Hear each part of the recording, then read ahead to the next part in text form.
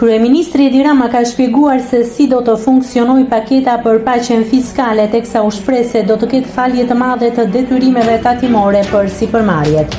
Rama u shpreh se paqja fiskale ka për qëllim që t'ju jap mundësinë sipërmarrjeve të mbyllin çështjet e vjetra. Kryeministri theksoi se falja e detyrimeve tatimore do të bëhet në 4 forma si: fshirje i plotë e detyrimeve të papaguara më të vjetra se 10 vite, fshirje 50% e detyrimeve të periudhës 5 deri në 10 vite nëse pjesa e mbetur paguhet menjëherë me fshirje totale të gjobave dhe interesave, fshirje 25% e detyrimeve të periudhës 5 deri në 10 vite nëse pjesa e mbetur paguhet me këste brenda vitit, gjithashtu me fshirje të gjobave dhe interesave, fshirje e gjobave dhe kamat vonesave për periudhën 1 deri në 5 vite me kusht që të paguhet i plot tatimi dhe kontributi asaj periudhe. Rama theksoi se bizneset gjithashtu do të kenë mundësinë të korrigjojnë deklarimet e mëparshme financiare.